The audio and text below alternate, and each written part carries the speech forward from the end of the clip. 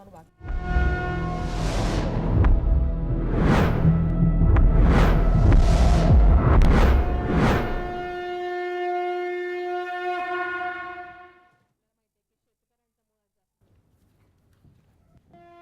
નમસ્કાર દર્શક મિત્રો, આપના લોકપ્રિય કાર્યક્રમ શંખનાદમાં આપનું સ્વાગત છે. હું છું ઈશુદાન ગઢવી. આમ તો આજે શનિવાર છે એટલે જનરલી શંખનાદ નથી હોતું, એટલે ઘણા લોકો રાહ જોતા કદાચ ઓછા પણ હોય એવું બની શકે કે આજે ઈશુદાનભાઈ નહીં આવે. પણ મેં નક્કી કર્યું કે એકાદ બે દિવસ વચ્ચે હું નહોતો આવ્યો તો મેં કીધું યાર, ઘણા લોકો મને એવું કહે કે ઈશુદાનભાઈ ગેપ પાડો એટલે પાછો વધારી દેવાનો હોય કે નહીં તો પછી કે અમને તમારો લાભ નથી મળતા. મેં તો ભાઈ મારું તો શું લાભ હોય, તમે આમાં મારી પાસેથી તો બીજું મળે શું એમ. જ્યારે સમુદ્ર મંથન થયું ને એટલે દેવતાઓની રીતે અમૃત લેવા ઝપાઝપી કરી, દાનવોએ દાનવોની રીતે ઝપાઝપી કરી, પણ અમૃત નીકળ્યું ત્યાં જ હળાહળ ઝેર નીકળ્યું. ઝેર તો મહાદેવે જ પીવું પડે સાહેબ. હા, ના દેવતા પીએ ના દાનવ પીએ. અને ભોળિયાનાથે પીધું. એમ તમારી જે પીડાઓ હોય ને, મને ખબર છે કોઈ ગામનો નાગરિક હોય, કોઈ પાનના ગલે બેઠો હશે, કોઈ ખેડૂત હશે, શ્રમિક હશે, ગરીબ હશે, વંચિત હશે, શોષિત હશે, કોઈ રાશન લેવા જતો હશે, કોઈ મજૂરી કરવા જતો હશે, કોઈ ડ્રાઈવર હશે, કોઈ ટેક્સી ચાલક હશે, કોઈ રિક્ષા ચાલક હશે. એ દરરોજ સવારથી સાંજ સુધી નીકળે અને સૂરજ આથમે ને ત્યાં સુધી એ મહેનત કરે ને તો માન 500, 700, 800 રૂપિયા કમાય ને એના દીકરા દીકરીને, પત્નીને ઘર ચલાવવા માટે, તેલ લેવા માટે, અનાજ લેવા માટે, કરિયાણું લેવા માટે આપે. એ વારંવાર નીકળતો હોય ત્યારે એક વાત કરતો હોય કે આ શું કરશે સરકારો, આ નેતાઓ શું કરશે, આ અધિકારીઓ શું કરશે. પણ ક્યાંય બોલી નથી શકતો સાહેબ ને, નીકળી નથી શકતો, આંદોલન કરી નથી શકતો. બે છેડા ભેગા ન થાય એટલે આંદોલન કરી ન શકે. અને એ બધાની પીડાઓ છે ને, એ બધાની પીડાઓ મારા મોઢેથી જાય જીએસટીવીના માધ્યમથી, એ આપણો ઉદ્દેશ્ય છે. અને એટલા માટે મેં કીધું ને કે મારા અહીંયા ઝેર જ આવ્યું, ઝેર જ પીધું છે તો બહાર ઝેર જ નીકળશે. અને સારું કરતા હશે તો સારું કરવા વાંધો નથી, પણ ક્યાંક તો કરે. અને સારું કરે તો તમારા જેવાને આ પીડા કરવાની ક્યાં જરૂર પડે સાહેબ. શાંતિથી ઘરે ના આરામથી બેસીએ. પણ એક પંક્તિ મારે યાદ કરવી પડે છે. નીતિ સાચી રાખો અને લોકોનું કલ્યાણ કરતા રહો, અને એક પણ પૈસો ના હોય ને સાહેબ, છતાં પણ કુદરત તમારું કામ અટકવા નથી દેતું. આવું મને 1000 વાર આનો અનુભવ થયો છે. નીતિ તમારી સાચી હોય, દુનિયામાં ક્યાંય તમે અટકતા નથી સાહેબ. આ તમને જીવતો દાખલો મારો તમને આપું છું. હા, નીતિ સાચી હોવી જોઈએ. જો જનતા સામે અલગ ઘણા પ્રકારની છે. કોઈ આસુરી શક્તિ છે, કોઈ દેવી શક્તિ છે. દેવી શક્તિ છે એ તમને સમજશે તો વખાણશે. આસુરી શક્તિ છે તમને ગાળો ભાંડશે, કારણ કે એને જેટલી બૂચ મારવાની હશે, એને બ્રિજમાંથી કટકી લેવાની હશે, કદાચ એને બીક લાગે કે મારી આ નીકળી જશે તો મારી કટકી બંધ થઈ જશે, તો એ એનું કામ કરે છે. એમાં તમારે કંઈ ગભરાવાની કે તમારે ડરવાની કે તમારે એને રિએક્ટ કરવાની જરૂર જ નથી, કારણ કે એ એટલા માટે જ જન્મ આ ધરતી ઉપર લીધો છે. પણ તમે શેના માટે ધરતી ઉપર જન્મ લીધો છે સાહેબ, આ બહુ અગત્યનો છે. તમે જુઓ કેટલાક મહાન સંતો હોય ને, એ ગમે તેવા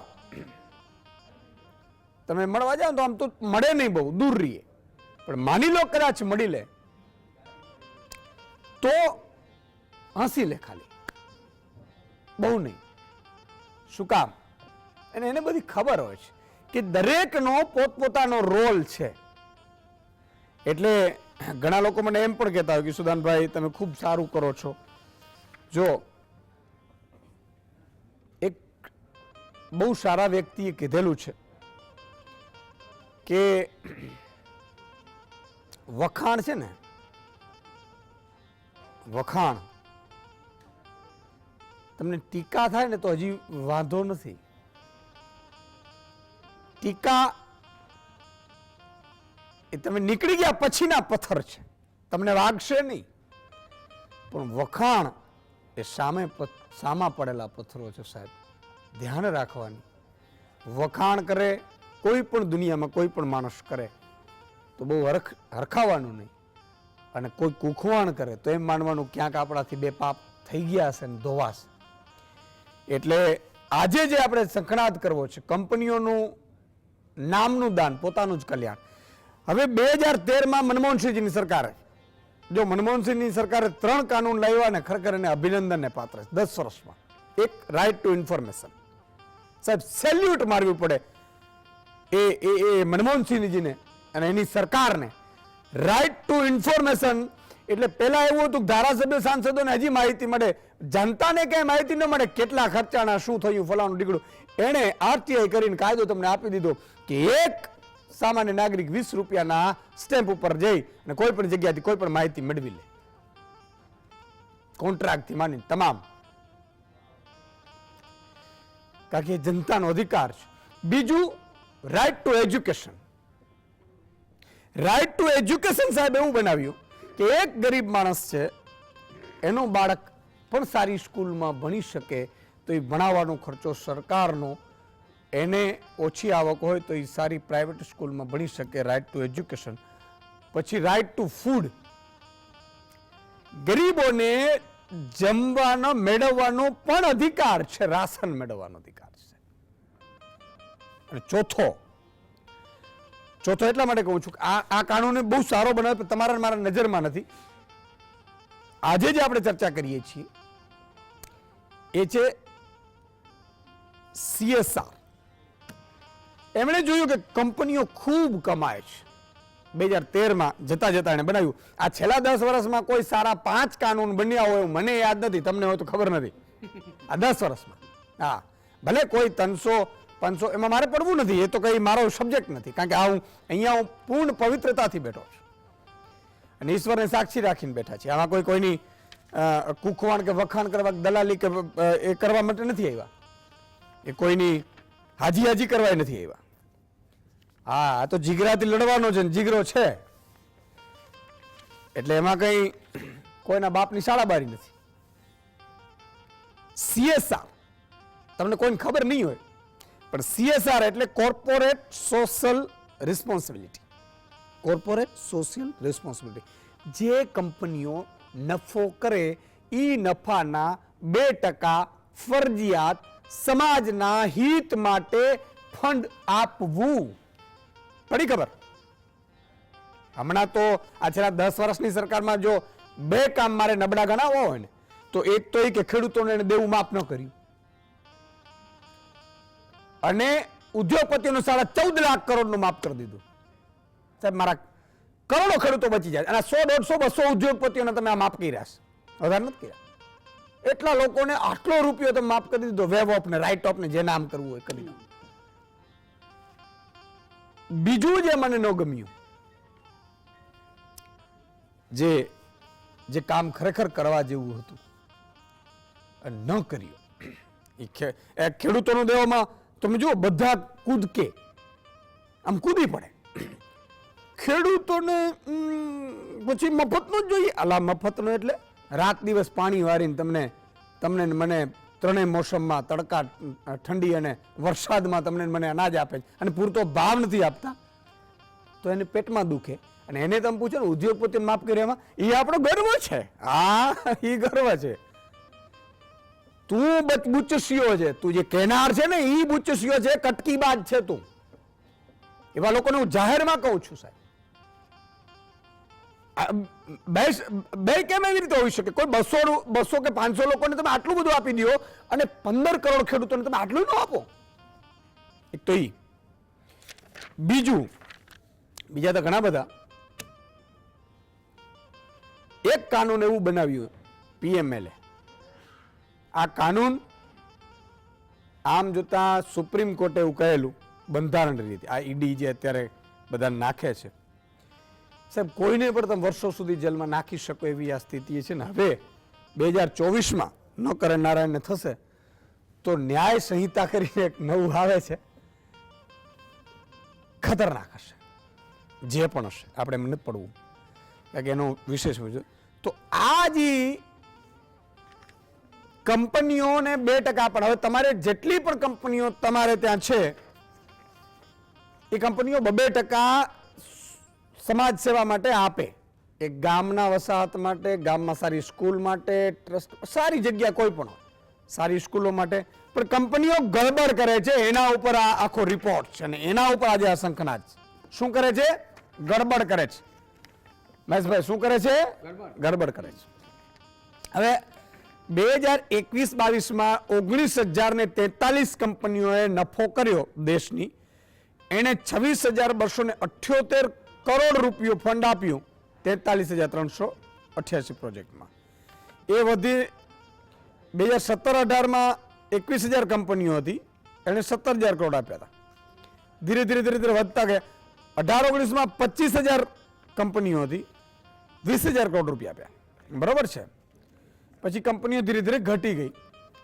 પણ હવે ગડબડ ક્યાં થાય છે? જે આ 2% CSRમાં આપવું પડે તો ઘણી જગ્યાએ કંપનીઓ પોતાના બાપના મામાના નાના નામે ટ્રસ્ટો બનાવી પોતાની સ્કૂલો બનાવીને કરી નાખે છે. એક તો એ. બીજું, આંગળીયાના કારોબારી હેઠળ બધું ખેલ કરી નાખે છે કે, અને એક તો બિચોલિયા કરીને આમાં નોઈડામાં જે 2022માં 8 વચેટિયાઓને પકડ્યા હતા અને 5 કરોડથી વધુ રકમ સાથે આ NGO CSR ફંડમાં કમિશનના રૂપ પ્રત્યે હતા એમ. અને ઇન્કમટેક્સ અધિકારીએ જ્યારે પકડ્યા ને ત્યારે યુપી, હરિયાણા, મહારાષ્ટ્ર અને ગુજરાતના ઘણા આમાં મામલો બહાર આવ્યો હતો અને એમાં 1,350 કરોડ રૂપિયાનો ફંડની ગડબડ થઈ એ થયું. અને આ છેલ્લા 5 વર્ષમાં 1,14,771 કરોડ રૂપિયાની ગડબડોની વાત સામે આવી છે. બરાબર? એટલે મારે આ કરવું પડે છે કારણ કે આ સબ્જેક્ટ કોઈ નહીં કરે, કોઈ પૂછશે નહીં, કોઈ લગભગ ખબર ન પડે. કેટલીક કંપનીઓ 2% તમે માન લો કે અત્યારે અખાવડીમાં રિલાયન્સ કંપની છે, હજારો કરોડનો આવે, 2% એ આજુબાજુમાં આપે તો કેટલું થઈ શકે? સારી સ્કૂલો બની શકે. એવી રીતે અદાણીની કંપનીઓ હોય કે જેની પણ કંપનીઓ, આપણે કોઈ એવું નથી કે આ તો 19-20 છે, બરાબર? તો એને પ્રોફિટના 2% ફરજિયાતપણે CSR ફંડ આપવું પડે સમાજ સેવા માટે. એના માટેની આ આખી ચર્ચા છે. અને ત્રીજી રીતે આ ફરજી પ્રતિનિધિ ઊભા કરે, ટ્રસ્ટને આપે, ટ્રસ્ટ પરચીઓ આપે અને પછી 65% પાછી આપી દે CSRના. બરાબર? એટલે સમાજ સેવામાં જાય નહીં, એ પાછા 65% આવી જાય, બાકી ટ્રસ્ટવાળા પાસે જાય અને ટ્રસ્ટવાળા પાછા પોતપોતાની રીતે ખેલ કરતા હોય. આ આખું ખેલ ચાલી રહ્યું છે ને એનો પર્દાફાશ થયો હતો. એ મામલે આજે આપણે ચર્ચા કરવી છે. 4 મહાનુભાવો જોડાયા છે. ફોન લાઈન પણ ખોલીશું, તમને પણ જોડીશું. એટલે 4 મહાનુભાવો છે. પણ એ પેલા સવાલ લઈ લઉં. જો હું સવાલ ભૂલી જાઉં છું પાછા. મારે તો ઉંમર તો એટલી નથી થઈ, પણ ખબર નહીં હવે એટલો બધો ટેન્શન લઈને ફરીએ છીએ ને, એટલા બધા લોડ લઈને ક્યારેક ક્યારેક એવું થાય એમ કે આ કરીએ તો છીએ પણ કોના માટે? ખરેખર તો મોક્ષ મેળવવા માટે, આપણે આત્મા માટે કરવું પડે. પણ એમ થાય કે કેટલી આત્માઓ રાહ જોઈને બેઠી છે કે આવીને કંઈક કરશે, એટલે આપણે આ બધા લઠ્ઠા લઈને ભરીએ છીએ. બાકી કાંઈ ઈચ્છા નથી. કયા પ્રકારનો સાપ ઝેરી નથી હોતો? આજનો સવાલ છે. એ પાયથન, બી ખડચિતળ, સી ધામણ, ડી અજગર. તમારો જવાબ અમને વોટ્સઅપ કરો 7016311312 નંબર પર. તમારું નામ અને ગામનું નામ ખાસ લખવું. હું છેલ્લે તમારું નામ બોલીશ. અને 5 મહાનુભાવો જોડાયા છે. મહેશભાઈ પંડ્યા છે, વિશ્લેષક છે. મુદિતાબેન વિદ્રોહી સંચાલક છે NGO. અતુલભાઈ ગામેચી છે, એ એક્ટિવિસ્ટ છે. અને રણજીતભાઈ કોળી છે, સામાજિક આગેવાન છે. હા, ચારે ચારનો ખૂબ ખૂબ સ્વાગત છે. મહેશભાઈ, તમારી પાસે શરૂઆતમાં આવું જી બરોબર ને? કાંઈક થોડુંક તમને કંઈક ખબર હશે, કાંઈક વર્ષોથી તમે આમાં ક્યાંક છો. 2% CSR ફંડ ખરેખર સાચી જગ્યામાં વપરાય છે તો ક્યાં વપરાય? તો બીજું કે નથી વપરાતું તો કોણ એના ઉપર ધ્યાન રાખે છે? સરકારો તો કોઈ કહેતી જ નહીં હોય કે શું આખું ખેલ છે? ઈશુદાનભાઈ, એક તો આપણે એક સરસ વિષય પસંદ કર્યો છે, કારણ કે બહુ અજાણ્યો વિષય છે લોકો માટે, પણ ઉજાગર કરવાની બહુ જરૂર હતી. એટલે આપણે જે 5 કાયદા કયા એમાંનો એક આ સરસ કાયદો છે. એટલે કાયદો તો મૂળ કંપની એક્ટ છે 2013, અને એમાં આ સેક્શન 135 અને 469 એ કોર્પોરેટ સોશિયલ રિસ્પોન્સિબિલિટી, એટલે ઉદ્યોગોની સમાજ પરત્વેની ઉત્તરદાયિત્વ. ઈશુદાનભાઈ, આમ સીધી ભાષામાં વાત કરું તો મારા ગામમાં કોઈ ઉદ્યોગ આવે છે, પાણી ખેંચી જાય છે, લાઇટ લઈ જાય છે, મારું એગ્રીકલ્ચર લઈ જાય છે અને બગાડે પણ છે, તો પછી એનો જે ફાયદો થાય એ ફાયદાનો નફો કે એનો ઉપયોગ એ ગામના વિકાસમાં થવો જોઈએ. કારણ કે મારા ગામનું પાણી લીધું છે, મારા ગામના પાણીના તળ ઊંચા હતા પણ એ કંપની આવવાથી નીચા ગયા, પાણી પ્રદૂષિત થયું, મારી ખેતીવાડી બગડી, મારા ફ્લોરા ફૌના બગડ્યો, મને ધુમાડો મળ્યો, મારું પાણી પ્રદૂષિત થયું. તો પછી એને સુધારો કરવા માટે તો આ કરવું પડે ને. એટલે CSRની સાથે સાથે કોર્પોરેટ એન્વાયરમેન્ટલ રિસ્પોન્સિબિલિટી પણ છે આની. કમનસીબે આપણે સાચી વાત કરીએ કે ગરબડ છે, ગોટાળો છે, અને કદાચ મારા સાથી મિત્ર RTI વાળા છે, ઘણા મિત્રોએ RTIમાં માહિતી માગી છે કે આ કંપની એક્ટ પ્રમાણે જે CSRના 2% પૈસા વાપરવાના છે એ ક્યાં વાપરો છો, તો માહિતી નથી મળતી. એવા ઘણા મિત્રોએ માહિતી પૂછી છે પણ નથી મળતી. ઈશુદાનભાઈ, ઘણી વખતે CSRનો બહુ મોટા પાયે દુરુપયોગ સરકાર દ્વારા થાય છે. મારે ઉદાહરણ આપીને કહેવું છે, કારણ કે તમે જેમ બ્લેક એન્ડ વ્હાઇટમાં વાત કરો છો એમ પણ હું બ્લેક એન્ડ વ્હાઇટમાં વાત કરું. આમાં 8 જગ્યાએ આ CSR વપરાય એવું ગાઈડલાઇનમાં છે. Education, water supply, health, environment, social empowerment, તમારી સાંસ્કૃતિક માટે, બધા માટે. આઈ સેલ્યુટ સરદાર વલ્લભભાઈ પટેલ. વિશ્વ માનવ છે, વિશ્વ વિભૂતિ છે, અવતાર પુરુષ કહેવાય. પણ સરદારે એવું નહોતું કે મારું બાવલું બનાવજો અને મારી પૂજા કરજો, અથવા તો તમે બનાવ્યું એટલે તમે મહાન અને કોઈકે અપમાન કર્યું હતું. એ સ્ટેચ્યુ ઓફ યુનિટી બનાવવા પાછળ કેટલીક સરકારી કંપનીઓના ફંડ વપરાયા છે જે આ કાયદા પ્રમાણે ભંગ કહેવાય. કારણ કે આમાં ઇન્ફ્રાસ્ટ્રક્ચર એવા નથી ઊભા કરવાના, ઇન્ફ્રાસ્ટ્રક્ચર ઊભા કરવાના છે. કોના? ડિસ્પેન્સરી, ગામડાની સ્કૂલો બનાવવાની છે, આરોગ્યધામ બનાવવાના છે, કોમ્યુનિટી હોલ બનાવવાનું છે. આના નથી, એ દુરુપયોગ છે પૈસાનો. બીજી વાત મારે ઈશુદાનભાઈ કરવી છે, કોઈના નામ નથી દેવા માધ્યમથી, કારણ કે એ બહુ ખરાબ લાગે, પણ હવે એક ફેશન નીકળી છે કે મેડિકલ કોલેજ ખોલો એટલે CSRના પૈસામાં વપરાય. હવે મેડિકલ કોલેજ કરો તમે એટલે હોસ્પિટલ જોડે હોવી જોઈએ. એટલે સરકારે તમારા અને મારા ટેક્સના પૈસે, GDPના પૈસે જે હોસ્પિટલો બનાવી છે એ હોસ્પિટલોને ખોટ કરતી બતાવવાની કે મેન્ટેનન્સ નહીં કરી શકીએ અમે. 130 કરોડના ખર્ચે હોસ્પિટલ થઈ ગઈ સરકારી ખર્ચે, એટલે તમારા અને મારા પૈસે, GDPના પૈસે.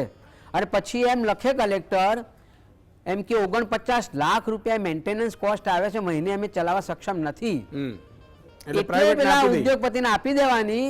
એટલે પેલી મેડિકલ કોલેજમાં CSRના પૈસા વપરાય એટલે ટેક્સ ફ્રી થઈ જાય, આ કોલેજ મફતમાં મળી, અને જે ગરીબોની 100% સેવા થવાની હતી એની જગ્યાએ માત્ર 30% સેવા થાય. અને એમાં ફરજી, જ્યારે ઓલ ઇન્ડિયા મેડિકલ કાઉન્સિલની વિઝિટ આવે ત્યારે 300 રૂપિયાવાળા લોકોને બેસાડી દેવાના અને બતાવવાનું કે જો અમે ગરીબોની સેવા કરીએ છીએ. અને એનાથી એડ કરું કે મેડિકલની પાછી કરોડ રૂપિયા ફી લે. એક્ઝેક્ટલી, બરાબર, બિલકુલ સાચું. એ પાછું લે અને એ જે બાળકો ભણવા જાય છે એનો દીકરો દીકરી પાછી એને વખાણ કરે. એટલે એ ગડબડ ચાલે છે. ને બીજું કે આપણે બહુ સાચી વાત કરી કે 2% રૂપિયા એ બી તમે વાપરો ગામમાં. તમારા ગામે આટલું આપ્યું, પાણી આપ્યું, તમને લાઇટ આપી, તમને ખેતીની જમીન આપી, એની સામે તમે પ્રદૂષણ કરો છો, તો તમે આના 2% આપો તો ગામ આટલું આગળ આવે ને તમને નજીકથી આમ ધન્યતા અનુભવે. આજે માણસો એટલે લોકો અને ઉદ્યોગોની વચ્ચે કેમ વિષમતા અથવા સંઘર્ષ થાય? આ જ કારણથી કે તમે મારા ગામની બધું લઈ લીધું અને કંઈ આપતા નથી તમે. એક એ મુદ્દો છે. બીજો મુદ્દો એમાં એવો પણ છે ઈશુદાનભાઈ કે કંપનીઓએ પોતે પોતાના ફાઉન્ડેશન બનાવી દીધા. અચ્છા, ક્યાં વાત હે? એના બાપના નામે એના માતાના નામે શોના નામે. બસ બસ બસ. વાહ. અને એ પ્રમાણે ઈચ્છે પ્રમાણે કરે અને જાણે ઉપકાર કરતા હોય. આપણે જે વાત કરીએ ને I mean corporate social responsibility, સમાજ પ્રત્યે એમનું ઉત્તરદાયિત્વ છે. આ ભીખ દાન દક્ષિણા નથી, આ એમણે ફરજિયાત કરવી પડતી સેવા છે. પણ તમે જ્યારે ફાઉન્ડેશન બનાવીને ઉપકાર કરો છો અને પછી કોઈ ગાડામાં બેસીને આવે ને કોઈ બીજામાં બેસીને આવે ને પછી આમ ઢોલ નગારા વગાડવામાં કહો આ મહારાણી અમારા ગામમાં આવ્યા અને દુષ્કાળમાં એમને સેવા કરી, ઓહો હો ધન્ય ગાડી બાળી. એટલે એ જે આખું ચિત્ર ઊભું થયું છે એ બહુ વિચિત્ર છે. આ તો ફરી આપણા પહેલા શ્રેષ્ઠીઓ મહાજન ઈશ્વરદાનભાઈ શિયાળામાં ધાબળા ઉડાડવા જાય કે સુખડી આપે દુષ્કાળના રાહતમાં અને છાને માને. ઇવન આ ગાંધીએ જ્યારે આંદોલન શરૂ કર્યું મજૂરોના શોષણની વિરોધમાં અને એ જ મિલનો માલિક ખાનગી રાહે દાન આપી જાય, આ મહાજન પ્રવૃત્તિ હતી, આ શ્રેષ્ઠીઓની પ્રવૃત્તિ હતી. આજે તમે ઢોલ પીટાવો અને જાણે ઉપકાર કરતા હોવ અને મને તો નવાઈ લાગે છે કે આમ જરા વિષય બદલાય પણ તમારા જ પૈસાથી તગડા બને માનો છો અને પછી કહે કે એમણે એના જન્મદિવસે એની પત્નીને 450 કરોડનું ચાર્ટર પ્લેન ભેટ આપીને આપણે તાળીઓ વગાડવાની. અરે ભાઈ આ તો લોકોના પૈસા છે, લોકોમાં જવા જોઈએ. અને સીએસઆરના પૈસાને બીજું ઈસુદાનભાઈ એન્વાયરમેન્ટલ કોર્પોરેટ રિસ્પોન્સિબિલિટી તો વપરાતી જ નથી, એમનું ઉત્તરદાયિત્વ. અને બીજું એક ત્રીજો કાયદો છે આના જેવો જ ઈસુદાનભાઈ, એન્વાયરમેન્ટલ ડેમેજ કોમ્પેન્સેશન. એટલે જે લોકો પ્રદૂષણ કરે છે એને એનજીટી અને સુપ્રીમ કોર્ટ દંડ કરે છે, એટલે એ તમારે પૈસા ત્યાં વાપરવાના છે. એવું નથી થતું. એટલે થાય છે કે એવું આજે અમીરી ગરીબીની ભેદ વધતો જાય છે અને પ્રદૂષણ વધતું જાય છે અને પર્યાવરણ બગડતું જાય છે. એટલે તમે ખરેખર તમે અભિનંદનના પાત્ર છો કે આવો ઢંકાયેલો વિષય અજાણ્યા વિષયને ઉજાગર કર્યો. બિલકુલ, આ સંઘના રાજ્ય જોશે લોકોને ખબર પડી જશે ખરેખર 2% તો આને વાપરવાના છે, ખરેખર આપણી આજુબાજુ વાપરવાના છે મોટા ભાગે. તો માન લો કે આપણે જ પ્રદૂષણ, માન લો કે અત્યારે જેતપુરમાં હોય સાડી ઉદ્યોગ હોય, સાડી ઉદ્યોગમાં પ્રદૂષણ થતો હોય, રાતો પાણી આવે, આ જીપીસીબી તો ખાલી નોટિસ ફટકારે પછી તમે ચેક કરો ને જીપીસીબી કેટલી નોટિસ ફટકારીને કેટલાના પગલાં લીધા તો ખબર પડે. મને તો એવું સાંભળવા મળ્યું છે ક્યાંક અહીંયા પછી સેટિંગ જ થાય છે. એટલે મારું જે કહેવાનું છે એ છે કે સાહેબ કેવા નેતાઓ આ ધરતી ઉપર હતા. મહાત્મા ગાંધી, બરાબર છે સાહેબ, આખી જિંદગી પોતે પોતાના અમૂલ્ય જીવન છે એ આ દેશને સમર્પિત કરી દીધું. ભગતસિંહ, તમે વિચાર કરો, પંજાબનો નવયુવાન, બરાબર છે, પાઘડીધારી, અને એને એવું કહી લીધું કે ભાઈ તમારા તાકાત હોય એટલું કરી લો, ભગતસિંહ માફી નહીં માગે. અને સાહેબ ફાંસીના લટકે ભગતસિંહ સુખદેવ રાજ્યગુરુ જાય. એનાથી મોટું સરદાર વલ્લભભાઈ પટેલ, સાહેબ વિચાર તો કરો. એનાથી મોટું છેલ્લે આપણે લાલ બહાદુર શાસ્ત્રી. આવા નેતા, અને હવે કેવા બુચસિયા બેસી ગયા સાહેબ, દુઃખ થાય છે. એકાદ એવો નેતા આવવું જોઈએ કે જે આ તમામ મેડિકલ કોલેજ છે ને જે કરોડ કરોડ રૂપિયા લે છે બધી સરકારી કરી નાખવી જોઈએ. તમારા તાકાત હોય કરી લો, તમારે થાય કરી લો, એવો નેતા જોઈએ મારે. કે બધી સરકારી કોલેજો જે છે સરકારી કોલેજોમાં ફ્રીમાં ભણાવો 200-500 રૂપિયામાં, કેમ ન ભણાવી શકે? અને યુક્રેનમાં આ લોકો યુક્રેન યુદ્ધ ગયું બધા કૂદતા હતા. યુક્રેનમાં દીકરાઓ 20 લાખમાં કે 25 લાખમાં જે ડોક્ટર બનવા ગયા રશિયા યુક્રેનમાં, અહીંયા કેમ 20 લાખમાં નથી બની શકતો એમબીબીએસ? બિલકુલ બિલકુલ. શું કામ નથી બની શકતો? તમારી મારી નેતાગીરી નબળી છે, અને નબળી નેતાગીરીને આપણે પ્રોત્સાહન આપીએ છીએ. આપો, હજી કાંઈ વાંધો નહીં, હજી યુક્રેન નહીં બીજે જવું પડશે. હા, જેટલા કૂદકા મારી છે ને બધું આપણે આપણા કારણે છે, આપણી ભૂલ છે એના કારણે છે. એટલે અતુલભાઈ તમારી પાસે આવવા માંગીશ. એક નાનકડો વિરામ લઈ લો અતુલભાઈ, એટલે પછી ચિંતા નહીં મારે છે 8:30 સુધી. વિરામ બાદ મળીએ છીએ, ક્યાંય જતા નહીં, ફોન લાઈન પણ ખોલીશું. વિરામ બાદ દર્શક મિત્રો આપનું સ્વાગત છે. જતા ન રહેતા એટલા માટે કે આ જાગૃતિનો મેળો છે અને આ સત્યની જ્યોત છે. 2-5 લોકોને જોડશો ને તો એનો પુણ્ય મળશે, આમાં તમને લોસ નહીં જાય. બીજું કે તમારી આત્માનો જમીર પણ જાગશે, એની ગેરંટી લઉં છું. જો તમે પવિત્ર હશો તો. હા, ક્યાંકથી બૂચ મારીને બેઠા હશો તો કોઈ ગેરંટી નથી. બની શકે કે તમને હું જેવો, એટલે દેશી ભાષામાં કહું ને, ભડાકા જેવો લાગે, એવું બની શકે કે આ ક્યાં આવી ગયો યાર, આ બધા લોકોને જાગૃત કરશે, કાલે લોકો પાછા રસ્તા ઉપર નીકળી પડશે, પૂછશે સવાલો, આ ક્યાં નીકળી પડ્યો. આવું થાય. એટલે ભાઈ આ તો મને ખૂબ તકલીફ પડી રહી, નથી પડી રહી એવું થોડું છે કઈ. અને તમે એમ માનો છો સિંહની સામે બીજું એક કરવું છે મારે. જી સખણા જુઓ, દત્તક લીધા હતા સાંસદોએ ગામ, હજી આવશે, મૂકીશું નહીં કોઈને, તમે ચિંતા ન કરો. દત્તક લેતા હતા, દત્તક લઈને આટા ભેરા કરતા હતા, ન્યૂઝ બનાવતા હતા. પછી દત્તક વાળાનું શું કર્યું ખબર નથી. દત્તક એટલે શું ખબર તમે? દીકરો દીકરી દત્તક લો ને સાહેબ, એટલે આખી જિંદગી એને સાચવવું પડે સાહેબ, એનું નામ દત્તક કહેવાય. પણ એવી ઈમાનદારી ક્યાં ગઈ, એવી ખાનદાનીઓ ક્યાં ગઈ સાહેબ? હવે તો સવારે શું કે સાંજે હું કહેશે ને એ જ ખબર નથી પડતી. હા, જમીર નામનું ચીજ નથી રહી. અને એમાં હું તો એમ કહું છું, એ લોકોનો બિલકુલ વાંક નથી સાહેબ, પલટી બાજુનો. પ્રજા છે ને, આપણે એને લાયક છીએ. આપણે એને કહીએ છીએ ને, તો એ તો ગમે ત્યાં ગમે કરે સાહેબ. હા, શું કામ પછી આખી જિંદગી તમને પેલું કરે? એટલે યથા પ્રજા તથા રાજા, એટલે આવું બધું છે. પ્રહલાદભાઈ દર્શક મિત્ર જોડાયા છે રાજકોટથી. જી પ્રહલાદભાઈ. હા સાહેબ નમસ્કાર, હું રાજકોટ એક ખેડૂત છું ને જાગૃત ખેડૂત છું ને પ્રહલાદભાઈ મારું નામ છે સાહેબજી. વાહ રે વાહ, બોલો બોલો પ્રહલાદભાઈ. સાહેબ આપણું રાજકારણ અત્યારે તમે જો ને તો છેલ્લી ક્વોલિટી થઈ ગયું. આ બધાને મંજૂરી શું કામ આપી દે છે આપણા નેતા? ગમે કારખાનાને મંજૂરી આપી દે સાહેબ. કોઈ પ્રદૂષણ ઉતારતા હોય, કોઈ પાણીના કેમિકલ તરમાં ઉતારતા હોય, આને મંજૂરી શું કામ આપી દે છે?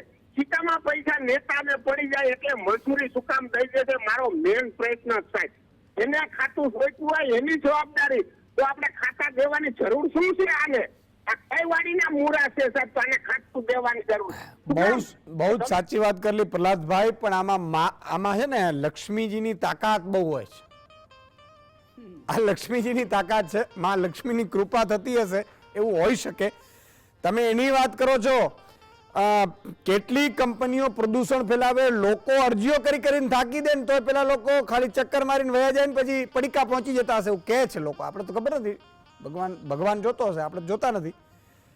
એનાથી અટકે વાત સાહેબ.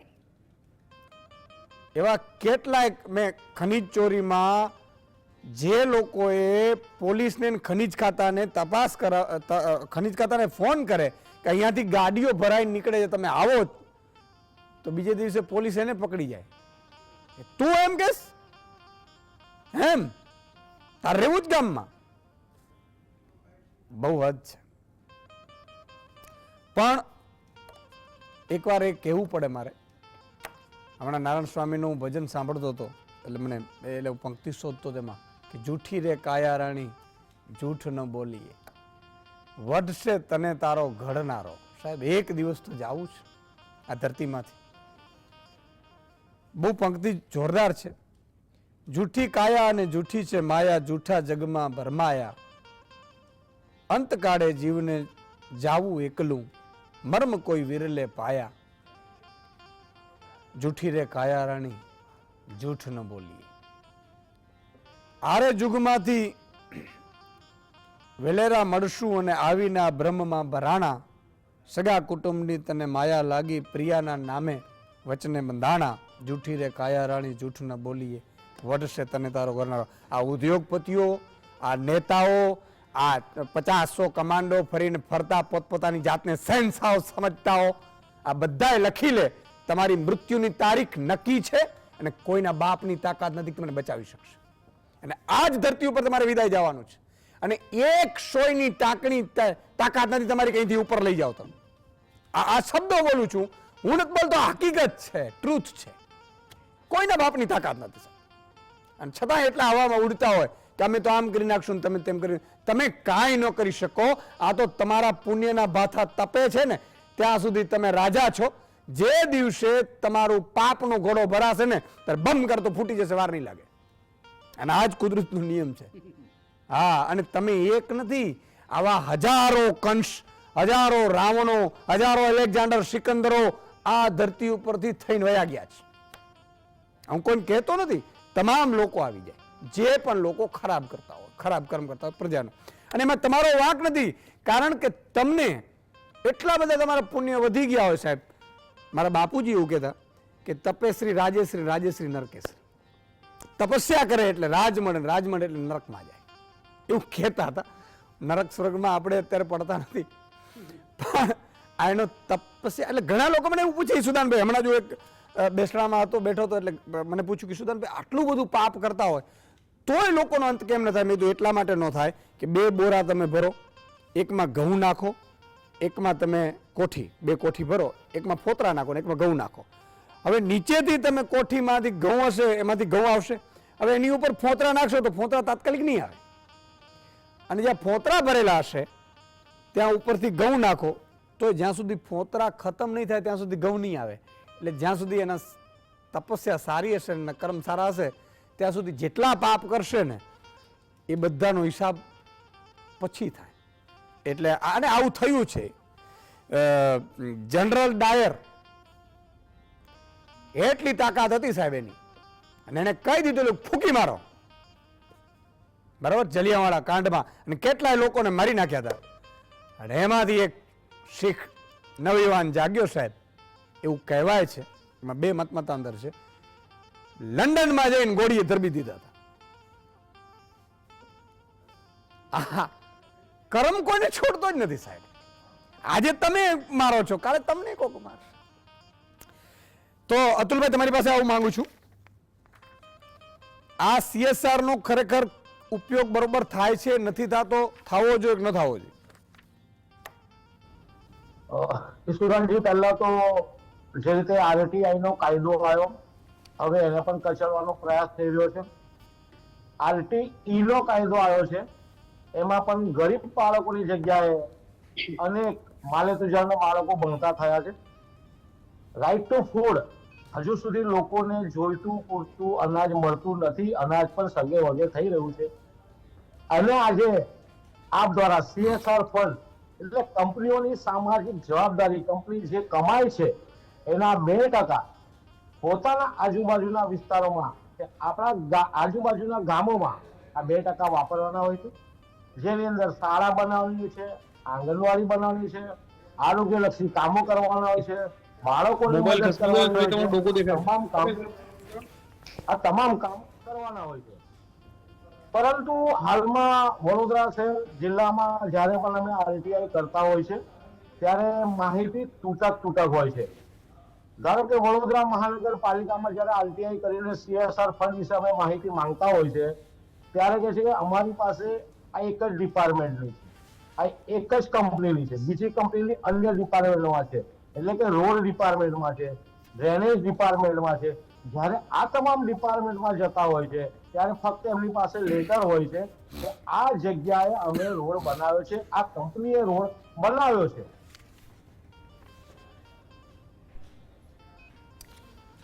અતુલભાઈનો સંપર્ક તૂટી ગયો, કારણ કે સ્વાભાવિક છે કે ઓનલાઈન ઉપર છે. તો રણજીતભાઈ શું કહેશો? કેમ છો સુદાનભાઈ? પહેલા તો તમને ખૂબ ખૂબ અભિનંદન. થેન્ક યુ ભાઈ. ઘણા સમય પછી એક સરસ કાર્યક્રમ આપે ગોઠવ્યો છે GSTV પર કે કંપનીને લઈને. ઈશુદાનભાઈ, હું વાત કરું ને કંપનીઓની, તો ખરેખર હું જે વિસ્તારમાંથી આવું છું, બાવળા સાણંદ, બાવળા સાણંદની અંદર અઢળક કંપનીઓ છે, અઢળક. એ તમામ કંપનીઓ આપણે જોઈએ, તમામ કંપનીઓ.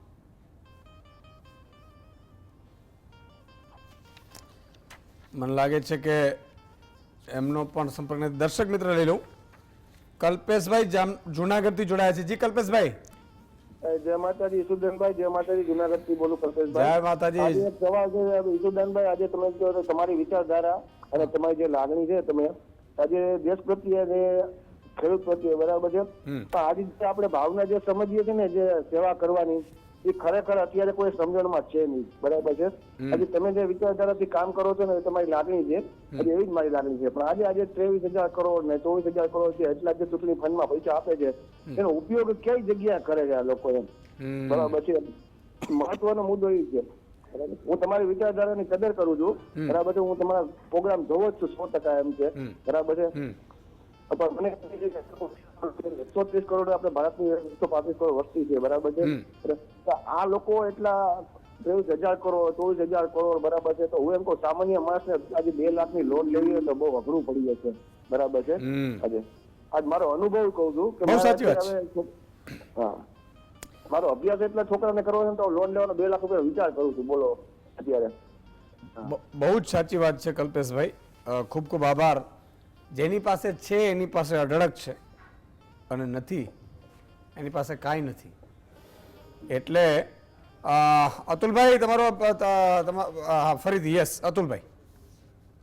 હવે જે CSR ફંડ હોય છે એ ફંડ ગામોમાં કે પોતાના કંપનીની આજુબાજુ જ વાપરવાનો હોય છે, પરંતુ અમે જોયું છે તે પ્રમાણે કે ઘણા સાંસદો ઘણા ધારાસભ્યો આ કંપનીઓ પાસેથી સીધા કામ કરાવતા હોય છે કે ક્યાંક મોટું આયોજન હોય ત્યારે ત્યાં કામ કરાવી લેતા હોય છે અને એમના લેટર પર અલગ લખાણ હોય છે, એટલે કે CSR ફંડ હેઠળ આટલા રૂપિયા આલ્યા, પરંતુ આ ક્યાંક સામાજિક એમના પ્રસંગોમાં લઈ લે છે, ક્યાંક પાર્ટીમાં લઈ લે છે અને જે લોકોને સુવિધાઓ મળવી જોઈએ, સુવિધાઓ ગ્રામ્યજનોને આપવી જોઈએ કે શહેરી વિસ્તારમાં રોડ રસ્તા બનાવવા જોઈએ કે શહેરી વિસ્તારમાં આંગણવાડી બનાવવી જોઈએ, ત્યાં બનતી નથી. હાલમાં વડોદરા શહેરમાં પણ નદી છે, પવિત્ર મહીસાગર નદી પણ વહી રહી છે.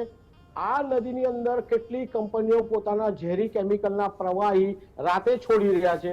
વારંવાર અરજીઓ આપણે આપવામાં આવે છે, વારંવાર જાણ કરવામાં આવે છે, RTI કરવામાં આવે છે. ફક્ત આ લોકો ત્યાં ગાડી જોવા જઈએ તો નોટિસ GPCB નોટિસ ફક્ત બજાવીને છૂટું થાય છે, પરંતુ જે એમનો CSR ફંડ છે એની પણ જ્યારે માહિતી માંગતા હોય છે ત્યારે કોઈ જગ્યાથી કલેક્ટરમાંથી પણ નથી મળતી, મામલતદાર કે ગવર્મેન્ટની કોઈ પણ કચેરીમાંથી માહિતી મળતી નથી, પરંતુ ક્યાંક બોર્ડ એવા લાગી જાય છે કે આ કંપની તરફથી આ રોડ બનાવવા આવ્યો છે કે આ કંપની તરફથી આ કામ કરવામાં છે, પરંતુ એકચ્યુઅલ કામ ત્યાં કોઈ હોતું નથી. તમામ કામ કાગળ પર હોય છે. ગ્રામ્ય વિસ્તારોમાં બી જોવા જઈએ તો ઘણા કામો કરવાના હોય છે. સરપંચો અને તલાટી કમ મંત્રી આ તમામ લોકો સાંઠગાંઠ કરતા હોય છે. ગ્રામજનોને કાંઈ ખબર પડતી નથી. ફક્ત એક મોટો રૂમ બનાવી દે અને કહે છે કે આ કામ આપણે કર્યું છે. એની પાછળ ખર્ચો કેટલો થયો છે એ કોઈને બતાવતા નથી. લાખ રૂપિયા થયો છે, 2 લાખ થયો છે, 5 લાખ, એની માહિતી બહાર આવતી નથી. એટલે સરપંચો, તલાટી હોય, મામલતદાર, આ બધા જ CSR ફંડ જે છે અને કંપનીઓ આમાં જોડાયેલી, એટલે તમામ લોકો મિલ બાટકે ખાનારા હોય છે. હવે નવી વાત એ પણ આવી છે કે કંપનીઓ પોતે પોતાનું NGO ખોલીને બેસી જાય છે. એટલે એ કંપનીઓ NGO ખોલે, NGO થકી પાછા ગામોમાં મદદ કરે, ગામોમાં મદદ કરીને પછી જ્યારે ચૂંટણીઓ આવે ત્યારે પછી એ કે આપણે આ વ્યક્તિને જ લાવવાના. એટલે કંપનીઓ હવે CSR ફંડ છે એ ગામોમાં વાપરવાનું છે, શહેરી વિસ્તારમાં વાપરવાનું છે, પરંતુ પોતાની NGO પોતાની સંસ્થાઓ ખોલીને ગ્રામજનોને શહેરીજનોને એક બેવકૂફ બનાવે છે.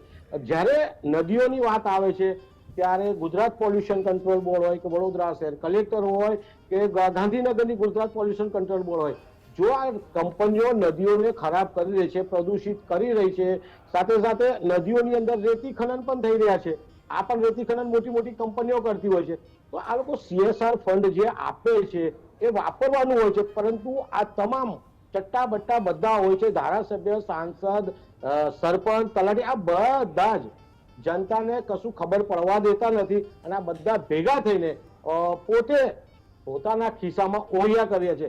RTIમાં હજુ સુધી આપ આખા ગુજરાતમાં જોજો કે આ CSR ફંડ માટે જ્યારે પણ RTI કોઈ કરી હશે માહિતી આપવામાં આવતી નથી, એમને ગોળ ગોળ ફરવામાં છે. આયોગમાં જઈએ, આયોગમાં પણ સ્પષ્ટ કહી દે છે કે ભાઈ માહિતી તમને ટૂંક સમયમાં આપવામાં આવશે, પરંતુ માહિતી આવતી નથી. એટલે CSR ફંડ હેઠળ કરોડો નહીં અબજો રૂપિયાનું કૌભાંડ ગુજરાતમાં પણ ચાલી રહ્યું છે. એ વાત હું સાચી કહીશ. અને આજે જે આપણે વિષય આ લીધો છે આ વિષયથી જનતાને પણ હવે જાગૃત કરીએ છીએ કે તમારા ગામોની અંદર CSR ફંડ કઈ કઈ કંપની આપે છે એની સરપંચને, તલાટીને પૂછો, શહેરી વિસ્તાર હોય તો કલેક્ટરને પૂછો, કમિશનરને પૂછો, તમારા મેયર હોય, ચેરમેન, એને પૂછો કે CSR ફંડ આવે છે તો જાય છે ક્યાં.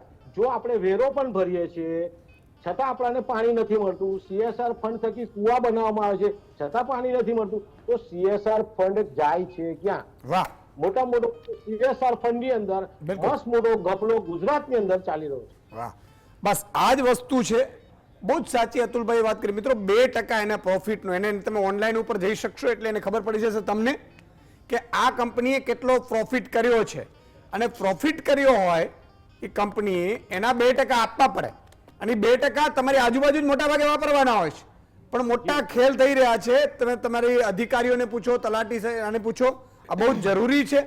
મુદિતાબેન, તમારી પાસે આવવા માંગીશ, કઈ રીતે ઘપલાઓ અત્યારે ચાલી રહ્યા CSR ફંડમાં?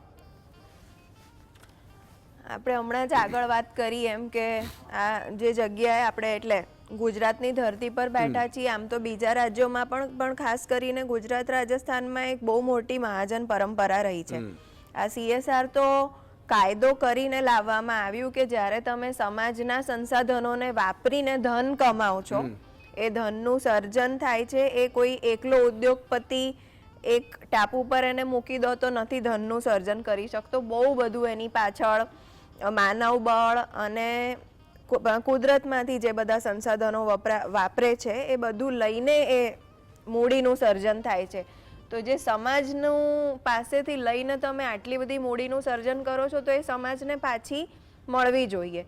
એ આપણે ત્યાં સમજાતું, અને એટલા માટે વર્ષો પહેલાં જે આપણે ત્યાંની મહાજન પરંપરા હતી એ લોકોએ પોતાની જાતે સ્વેચ્છાએ આ વાત સમજીને, અને જે ગાંધીયુગમાંથી આપણે પસાર થયા એમાં તો પછી એમણે આખો ટ્રસ્ટીશીપનો સિદ્ધાંત આપ્યો કે ધન કમાનારે એ ધનના પોતાને ટ્રસ્ટી માનવું જોઈએ, માલિક ના માનવું જોઈએ, અને જે સમાજ થકી એ મૂડી તમારી પાસે આવી એ જ મૂડીનો ફરીથી એ સમાજ માટે જ ઉપયોગ કરવો જોઈએ, પોતાના ખપ પૂરતું રાખીને. એમાં તો એટલે સુધી હતું, અને એને જ માન્ય રાખીને કેટલા બધા લોકોએ ઘણું બધું કામ આપણે ત્યાં ખૂણે ખૂણે આવા જ શું કહેવાય, એમણે ખોલેલા દવાખાનાઓ, હોસ્ટેલો, શાળાઓથી લઈને કેટલી બધી જાતની પ્રવૃત્તિઓ થતી આવી છે. આ તો હવે કાયદો લાવવો પડ્યો કેમ કે હવે એ સ્વૈચ્છિક રીતે આ પ્રકારનું કામ છે. એવું કરનારા સ્વૈચ્છિક રીતે નહોતો કાયદો, તેમ છતાં કરનારા પણ હતા, પણ મોટા ભાગની કંપનીઓ અને મોટા ભાગના મૂડી કમાનારા લોકો હવે આજના ગાળામાં સમાજ પાસેથી લે છે. એટલું જ નહીં, પણ સમાજનું શોષણ કરીને લે છે, પર્યાવરણનું શોષણ કરીને લે છે, અને એમાંથી 1% પણ ક્યાંય પાછું નથી જવા દેતા. એવામાં કાયદો આવ્યો એ બહુ જ સરાહનીય વાત છે. તો એ જે પાછું આપવાનું છે એમાંથી પણ આજે આટલું બધું, માત્ર 2%ની વાત છે, તમારા 100% નફામાંથી માત્ર 2% આપવાની વાત છે.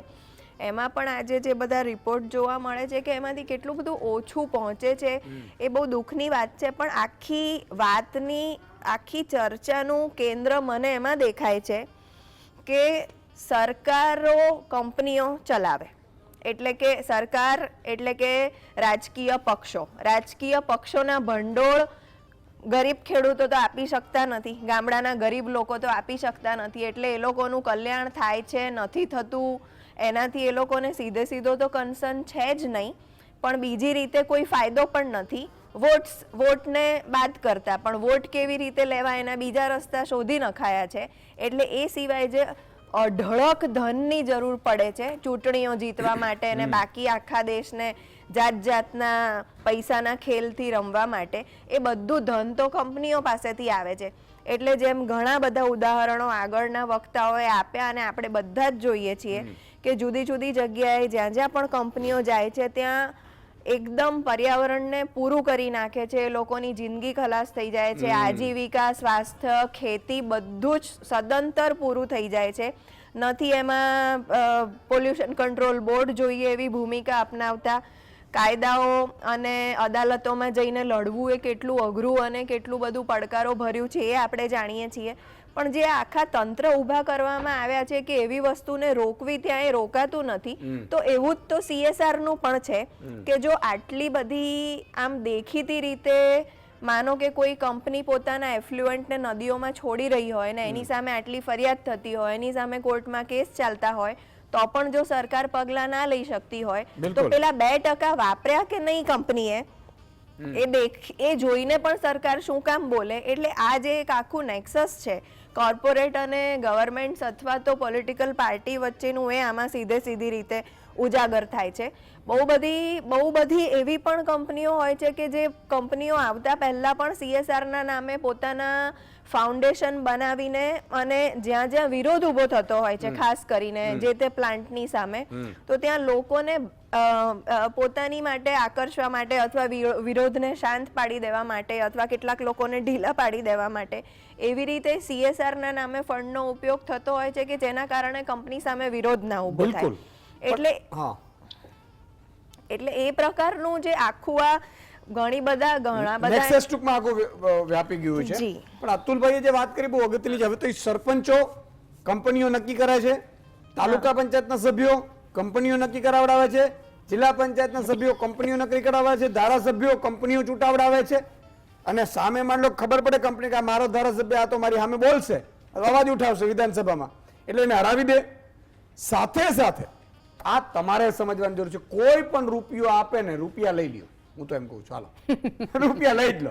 આને આપણે કઈ રીતે મારી શકાય? જો એને કહેવાનું નહીં, રૂપિયા લઈ લો અને નક્કી કરવાનું કે રૂપિયા આપે ને એને તો બિલકુલ મત આપવાનું થતું નથી. આ લોકોનું મોઢા આવડા થઈ જવા જોઈએ રિઝલ્ટ આવે ને એટલે કે ચાલો આપણે તો આ ગામે રૂપિયા લઈ લીધા, તો તમે ભાઈ 70 વર્ષથી મને મામું રમાડો છો, અમે આ વખતે ખેલ કરવાના છીએ. એટલે જો રૂપિયા આપશે ને એનો મતલબ એ થયો કે રૂપિયા આપે છે તો ક્યાંકથી બૂચ મારીને આપે છે, જમીન વેચીને તો આપતો નથી. બીજું કાંઈ ક્યાંકથી બૂચ મારવાનો પ્લાન કર્યો છે. ભાઈ સામેથી કોઈ તો કઈ કે એવું ન હોય ને કે 5 કરોડ રૂપિયા ખર્ચીને હું ધારાસભ્ય સાંસદ બનું. બીજું જે રૂપિયા નથી આપતો એ કાંઈ નહીં તો એ શરૂઆતથી તમને લાંચ આપીને તો ખરીદતો નથી. તો આ બે વસ્તુ ખાસ ધ્યાન રાખો. અને બીજું કે જે પણ કંપની નવો પ્લાન્ટ સ્થાપે ત્યારે એને કલેક્ટર, GPCB ના અધિકારીઓ આ બધાની વચ્ચે હિયરિંગ હોય છે. ગ્રામજનોનું હિયરિંગ હોય ને એટલે તમે જોજો કોઈને પણ કામ લઈ લીધા હોય ને મોટા માથાઓ ઈ ઊભા રહી જાય, ઈ જ માણસો લઈ આવે ગામના, બાકી કોઈને ખબર જ ન પડે. બરાબર? અને હિયરિંગ પૂરું કરી દે વાહ કરીને, કોઈ વિરોધ કરે તો એને આવવાય ન દે, એને પછી બોલવાય ન દે, અને એવું કે આ જ ગામના લોકો હોવા જોઈએ. તો હિયરિંગમાં તમે ધ્યાન રાખો કે જ્યારે હિયરિંગ હોય ત્યારે તમે ચોખ્ખું કહી શકો. એટલે આ બધું હમણાં મુદિતાબેન મને લાગે ડિટેને કર્યા હતા હિયરિંગમાં, પબ્લિક હિયરિંગ હોય છે અને પબ્લિક હિયરિંગમાં તમારે બોલવાનું હોય છે. વાત તમારે જસદનભાઈ એક વાત કહું તો અમારે જે બાવળા સાણંદ વિસ્તાર છે ને આજુબાજુમાં જેટલી બી કંપનીઓ છે ને નકરી પ્રદૂષણ વાળી છે, નકરું પ્રદૂષણ. આવો તમે GSTV ને લઈને હું તમને બતાવું કે કઈ કંપની કેટલું પ્રદૂષણ કરે છે, કેટલા કામદારોને પૂરતું વેતન નથી આપતી. એવી કંપનીઓ છે કે જે અત્યારે તમે કુવા ખોદવા જાઓ ને તો ત્યાં પીળું પ્રદૂષિત પાણી નીકળવા માંડ્યું છે. આજુબાજુની જેટલી બી જમીનો છે ને એ બિનફળદ્રુપ થવા માંડી છે આ પ્રદૂષિત કંપનીઓને કારણે.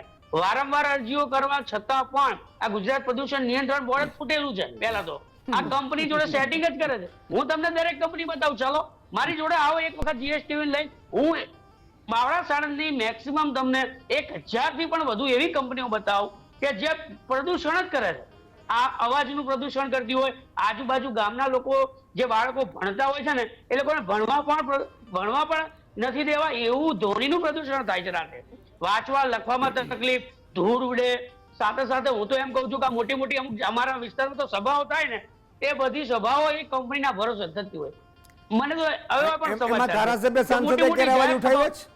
અરે મોટી જાહેર સભાઓ થતી હોય ને એ બધા ખર્ચા કંપની વાળા જ આપે. આ ધારાસભ્ય સાંસદ સભ્યો છે એ ચૂપ બેઠા હશે ને આમાં તો. એ તો એવું એટલે એ તો બધાના માહિદાતા કહેવાય ને, કંપની બધી માહિદાતા છે તો બધા ચૂપ જ રહેવાના ને. ક્યાંક ને ક્યાંક તો હશે ને એમનું કઈક ને. નહીં તો સભાઓ આવડી મોટી થતું હોય તો ક્યાંક તો એ લોકો ફંડ તો હાલતા હશે ને. એમને તો લોકોને ખબર ન પડે કે મારો અવાજ ધારાસભ્ય સાંસદ ઉઠાવતો નથી, આ કંપનીઓની આટલું બધું દાદાગીરી છે, આટલું બધું પોલ્યુશન કરે છે, અમારા દીકરાના ભવિષ્ય બગાડી નાખે છે, કેન્સર જેવા રોગ થાય છે, તો અવાજ ધારાસભ્ય સાંસદ ઉઠાવતો નથી એને મત જ ન આપવું. લોકો એવું નથી વિચારતા? ના 100% લોકોએ એવું વિચારવું જોઈએ કે પણ આમાં તો અત્યારે જો આ સ્થાનિકની આપણે વાત કરીએ, બાવળા સાણંદની હું તો કહું છું કે વારંવાર કહું છું કે હજારો કંપની છે, સ્થાનિકને રોજગાર જ નથી. લો ત્યાં સ્થાનિકોને પૂરતું વેતન જ નથી આપવામાં આવતું, એને બોનસ નથી આપવામાં આવતું. અરે હડતાલો કરે છે તો અમારા જેવા યુવાનોને ત્યાં જવું પડે છે. એ હડતાલો શા માટે થાય છે? તો એમને પૂરતું વેતન અપાવવા માટે પણ અમે એમની સાથે રહીએ છીએ. અને આ જેટલી બી હું તો કહું છું તમે ઈશુદાનભાઈ જીએસટી એક દાડો મોકલો બાવળા સાણંદની અંદર મારી જોડે, હું તમને બધી કંપનીઓના લિસ્ટ આપું, એવી કંપનીઓના લિસ્ટ આપું જે ગૌચરની અંદર કંપનીઓ છે. લો બોલો. ગૌચરની અંદર કંપનીઓ ઊભી થઈ ગઈ છે. ના ના, હું ચોક્કસ કહેશું.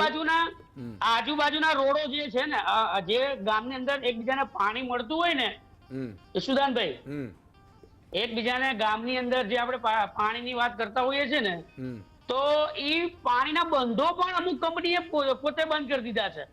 અમુક ગૌચર જમીનો લઈ લીધેલી છે. હવે હું તો એવું કહું છું કે આ બધી છે ને એક દિવસ તમારે ઈશુદાનભાઈ પર્સનલી આના ઉપર તમારે બાવળા સાણંદની અંદર આવવું જોઈએ અને હું તમને લઈ જાઉં. તમને બધી કંપનીઓમાં લઈ જાઉં, એક ગૌચર જ હોય. હું તમને લિસ્ટ આપું એવી કંપનીઓના. બોલો. મારી પાસે તમામ એવિડન્સ છે. મેં તો ગુજરાત પ્રદૂષણ નિયંત્રણ બોર્ડમાં અરજીઓ કરીને થાકી ગયો. એ તો આવે આઈને અમને જવાબ મોકલી દે ના કંપની ઓકે. હવે હું તમને બતાવું કે ક્યાં પાણી છોડે છે. ચાલો ને મારી જોડે એકવાર તો આવો. હું તો ગુજરાત પ્રદૂષણ નિયંત્રણ બોર્ડને જ કહું છું, એ જ મોટો સેટિંગ બાદ એ પોતે જ છે. પોતે જેટલી બી કંપનીઓ ચાલતી હોય ને એ સેટિંગ બાદ પોતે જ છે. આવો ને તમને હું પ્રદૂષણ. ઓકે, બિલકુલ. અતુલભાઈ છેલ્લી એક મિનિટ લઈ લઈએ બધાને. જી અતુલભાઈ, 1 મિનિટ છેલ્લી. જે રીતે આપ કહો છો કર્મનો ફળ અહીંયા જ ભોગવવાનું છે, તો આ કંપની વાળા બી સમજી જાય કે કર્મોના ફળ અહીંયા જ ભોગવવાના છે. ખોટું કરશો તો તમારે અહીંયા જ ભોગવવાનું છે, તમારે નહીં તો તમારા પરિવારે કોઈએ પણ અહીંયા જ ભોગવવાનું છે. વડોદરા શહેર જિલ્લામાં પવિત્ર મહીસાગર નદી જે જઈ રહી છે એમાં કેમિકલના કેટલાય પાણી જઈ રહ્યા છે, નદી પ્રદૂષિત થઈ રહી છે. અને સાથે સાથે જોવા જઈએ તો કેમિકલ જવાથી પીવાના પાણી પણ ખરાબ થઈ ગયા છે. જમીનોમાંથી પીળું પાણી નીકળી રહ્યું છે. લોકોને પીવાના પાણી મળી નથી રહ્યા. ગાય ભેંસ ઢોરોને પણ પીવાનું ચોખ્ખું પાણી મળી નથી રહ્યું. તમે CSR ફંડ આપો છો એનો મતલબ એ પણ નથી કે તમે નદીઓને પ્રદૂષિત કરો. એટલે સરકારે બી જાગવું પડશે. જીપીસીબી ને પણ અમે કહીએ છીએ કે તમે કંપનીઓ સામે સખ્તમાં સખ્ત પગલાં, જે કંપનીઓ કેમિકલના પાણી છોડતા હોય એમની સામે કાયદેસરની કાર્યવાહી કરો ને કંપનીઓ બંધ કરો. બાકી CSR ફંડ હેઠળ જે ભ્રષ્ટાચાર ચાલે છે આજે આપના થકી ઉજાગર થયો છે. હું તમામ જનતાને કહીશ, તમામ નાગરિકોને કહીશ કે આપની આજુબાજુમાં જે કંપની હોય એ ફંડ આપે છે કે નહીં એની તપાસ કરો, અને આપે છે તો કેટલું આપ્યું છે, ક્યાં વાપર્યું છે છેલ્લા 5 વર્ષમાં એ તપાસ કરો અને આ કંપનીઓના જોર ઝપાટા બહાર પાડો. સરપંચ હોય, તલાટી હોય, ધારાસભ્ય હોય, જેણે પણ આ CSR ફંડ લીધું હોય એમના પણ નામ બહાર પાડવા મારી માંગ છે. બહુ સાચી વાત છે. મહેશભાઈ છેલ્લી 1 મિનિટ. એક તો જે અતુલભાઈ વાત કરી એમ દરેક કંપનીએ પોતાની વેબસાઇટ પર જ જાહેર કરવું જોઈએ કે 2% રૂપિયા ક્યાં વાપર્યા.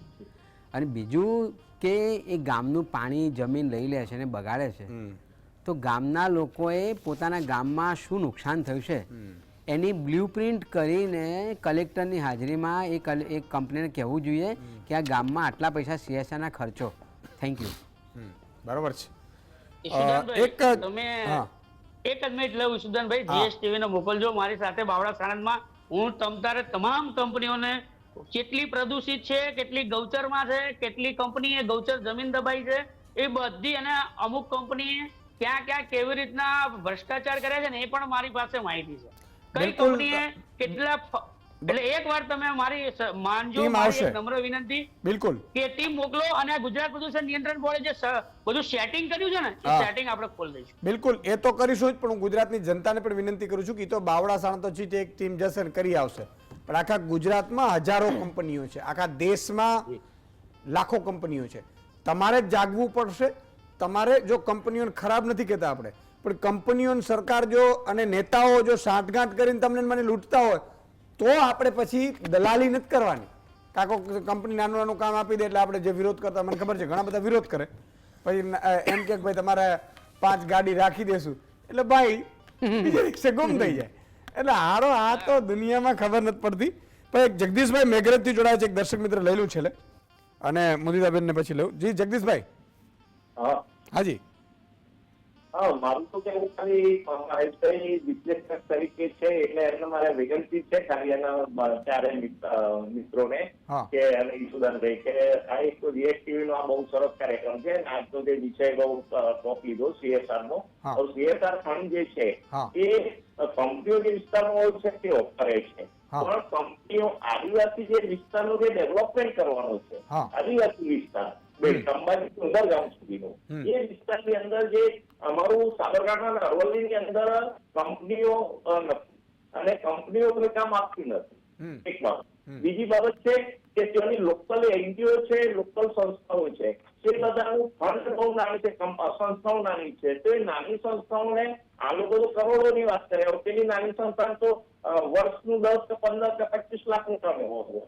હવે 25 લાખના ટર્નઓવર વાળાને તો આ લોકો કામ આપતા નથી, કંપનીઓ વાળા. એટલે મારું તો તમારા માધ્યમથી ખાલી એટલું જ કહેવું છે કે કંપનીઓને એવો રિક્વેસ્ટ કરો કે 2% જનકલ્યાણ માટે ફાળવો છો તો તમે હોસ્પિટલ બનાવવા માટે, એન્જિનિયરિંગ કોલેજ બનાવવા માટે આપવાની જરૂરત નથી શિક્ષણ ક્ષેત્રમાં, પણ ટ્રાઇબલમાં જે ખરેખર જે માન્ય કે અત્યારે સજીવ ખેતીનો બહુ આપણા ગવર્નર સાહેબ બહુ અપેક્ષા રાખી રહ્યા છે કે સજીવ ખેતી ઉપર ફોકસ, કારણ કે અત્યારે પેસ્ટિસાઇડનું બહુ મોટો ઉપયોગ થઈ રહ્યો છે. તો એના અટકાવવા માટે થઈને ગામડામાં જે ઓર્ગેનિક ફાર્મિંગ છે, ઓર્ગેનિક ફાર્મિંગ પ્રમોટ કરવા માટે થઈને કંપનીઓ કેમ આગળ નથી? બહુ સાચી વાત કરી જગદીશભાઈને, પણ વાત સાચી છે. આ કંપનીઓ એટલું કરવું જોઈએ, સરકારે ધ્યાન આપવું. મુદિતાબેન, છેલ્લી 1 મિનિટ. એ જ વાત છે કે લોકોએ બધી જ રીતે જાગૃત થવું જોઈએ. એમાં આ પણ છે કે તમારા જ ગામમાં કંપનીઓ આવી અને આટલું બધું નુકસાન કરતી હોય છે તો પહેલાં તો એ આવે નહીં, એને જ માટે ઘણા બધા રસ્તાઓ હોય છે. એને માટે જાગૃત થઈને જાગૃત નાગરિક તરીકે વર્તવાની જરૂર છે. અને પણ જો હોય જ ચાલુ કંપનીઓ તમારે ત્યાં, તો પછી એના ફંડ તમારા માટે કેવી રીતે વપરાય છે, નથી વપરાતા, એની પણ એક જવાબદેહી ઊભી થાય એ પ્રમાણે વર્તવું જોઈએ. અને ખાસ કરીને આ જે આખું મોટું નેક્સસ છે એના માટે પણ તમે વોટર તરીકે કેવી રીતે બિહેવ કરો છો એ પણ એક બહુ મોટી વાત છે, એટલે એનો પણ વિચાર કરવો જોઈએ. મિત્રો, માન લો કંપની એમ કે ભાઈ એક કામ કરો, આ સરપંચને ચૂંટો, એટલે આપણે નહીં ચૂંટવાનું. કંપની એમ કે આ તાલુકા પંચાયત સભ્યને ચૂંટો, એટલે આપણે નહીં ચૂંટવાનું. અને જોજો ચૂંટાઈએ છે તો કંપની સામે અવાજ નહીં પડે, એ આપણે દબાવવાની કોશિશ કરશે. ધારાસભ્ય, સાંસદ, મંત્રી, મુખ્યમંત્રી, આ બધું ધ્યાન રાખજો. એટલા માટે કે છેલ્લે તમારી પાસે એ જ હથિયાર છે, બાકી એનાથી બીજું કોઈ હથિયાર આપણી પાસે છે નહીં. એટલે હું મતદાનનું કહું છું. સમયનો અભાવ છે એટલે મહેશભાઈ, મુદિતાબેન, અતુલભાઈ અને રણજીતભાઈ, 4 મહાનુભાવનો ખૂબ ખૂબ આભાર. અને જવાબ લઈ લઈએ. કયા પ્રકારનો સાપ ઝેરી નથી હોતો? સાચો જવાબ છે ધામણ. સાચો જવાબનાર ઘણા છે, પણ 5 જે દર્શક મિત્રોના જે નામ આવ્યા છે એ છે રમેશભાઈ સેલુતવાલા સુરત, ભાવચંદભાઈ રાઠોડ ગીર બોરાડા, દશરથભાઈ પટેલ ગાંધીનગર, હરિભાઈ ચૌધરી વિજાપુરના પામોલ ગામેથી અને ચેતનકુમાર દરજી ગોધરાથી.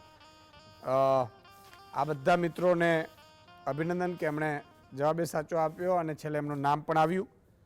તો મિત્રો, ફરીથી સોમવારે નવા વિષય સાથે મળીશું. ત્યાં સુધી મને રજા આપો. જય હિન્દ, જય ભારત.